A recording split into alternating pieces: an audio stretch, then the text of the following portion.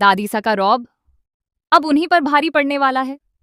जी हाँ, यहाँ हम बात कर रहे हैं बुआ जी यानी दमयंती जी की। कहानी अब एक बेहद दिलचस्प मोड़ लेने वाली है। आने वाले एपिसोड में आप देखेंगे कि जब अरमान और अभीरा घर पहुंचते हैं और ऋषभ भी सबके सामने अपनी सच्चाई खुद बता देता है, तब माहौल पूरी तरह बदल जाता है। इसके बाद अभीरा दिशा से कहती है, दिशा, अब तो तुम मान गई ना कि अरमान और अभीरा की जोड़ी जब साथ होती है तो किसी भी सच का पता लगा सकती है। हम जो ठान लेते हैं उसे हासिल करके ही रहते हैं। इसीलिए जो भी सच है वह तुम खुद बता दो। आखिर ये तुम्हारा अपना ससुराल है और अगर हम सबके सामने कहेंगे तो बात और ज्यादा खराब हो जाएगी। अभीरा की बात सुनकर दिशा भावुक हो जाती है और रोते हुए पूरा सच सबके सामने बता देती है। वह स्वीकार करती है कि अरमान ने उस पर कभी हाथ नहीं उठाया था। उसने झूठ बोला था और उसी झूठ की वजह से अरमान को घर से निकाल दिया गया। असल में अरमान की कोई गलती नहीं थी। दिशा की यह बात सुनकर दादी सा शर्म से सिर झुका लेती हैं।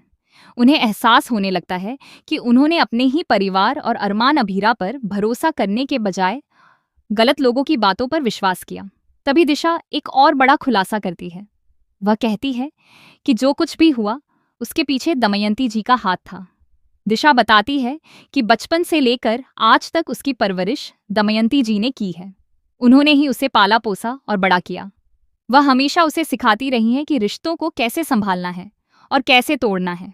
दिशा यह भी बताती है कि दमयंती जी ने उसे लालच दिया था।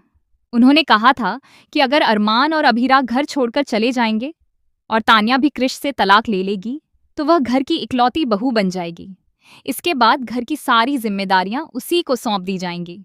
हर चीज पर उसका अधिकार होगा और वह अपनी मर्जी से जिंदगी जी सकेगी। कोई उसे रोकने टोकने वाला नहीं होगा। लेकिन अगर उसकी जेठानी घर में मौजूद रही तो उसे कभी वह सम्मान और अधिकार नहीं मिल पाएगा जिसकी उसे चाह है। दिशा की बातें सुनकर सभी हैरान रह जाते हैं।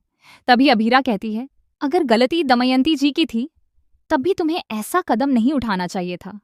तुम्हें किसी के बहकावे में नहीं आना चाहिए था। अपनी गलतियों की जिम्मेदारी खुद लेनी चाहिए। हालांकि अभीरा यह भी मानती है कि अगर इस पूरे मामले की जड़ दमयंती जी हैं तो अब उन्हें अपनी गलती सुधारने के लिए कुछ बड़ा कदम उठाना होगा। तभी सभी को दमयंती जी की वह बात याद आती है जिसमें उन्होंने दावा किया था कि रश भी कभी ऐसा कर ही नहीं सकता। अब देखना दिलचस्प होगा कि दमयंती जी अपने ऊपर लगे आरोपों का सामना कैसे करती हैं और क्या वह अपनी गलती स्वीकार करेंगी या फिर कहानी में कोई नया मोड़ आने वाला है। यही आने वाले एपिसोड को और भी ज्यादा रोमांचक बनाने वाला है।